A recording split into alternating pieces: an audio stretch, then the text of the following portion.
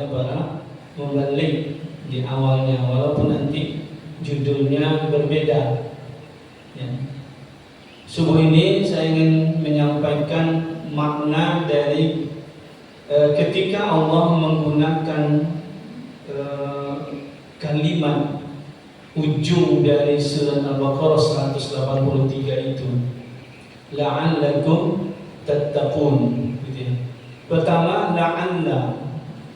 la'alla itu ada yang memahaminya semacam harapan yang besar, gitu ya. Harapan yang besar, keinginan yang sangat kita akan menjadi orang yang bertakwa. Salah satu jalan untuk menuju kepada insan muttaqin itu adalah dengan puasa.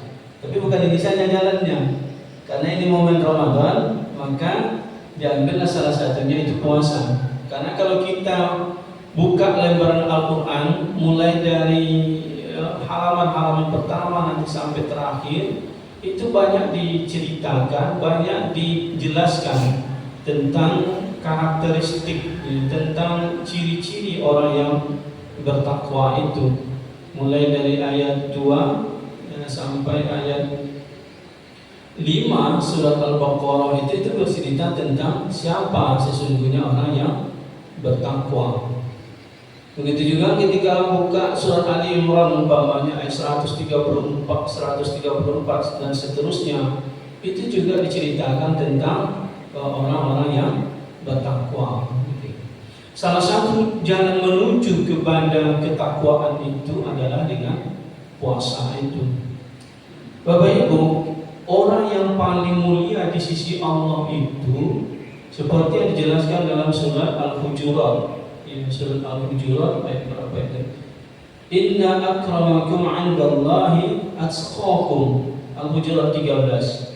Sesungguhnya orang yang akram itu paling mulia, ya. Bukan hanya sekedar mulia, tapi paling mulia. Indallah, di sisi Allah, atqakum. Atqakum itu orang yang paling bertakwa. Bukan hanya sekedar bertakwa, tapi paling bertakwa. Yang paling bertakwa itulah yang dijelaskan begitu banyak ayat-ayat Al-Quran yang menjelaskan ciri-ciri atau karakteristik orang yang bertakwa.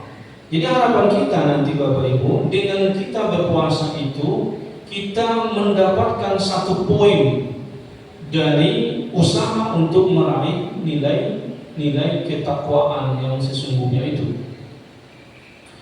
Kemudian yang kedua, la'alla itu bermakna suatu kepastian,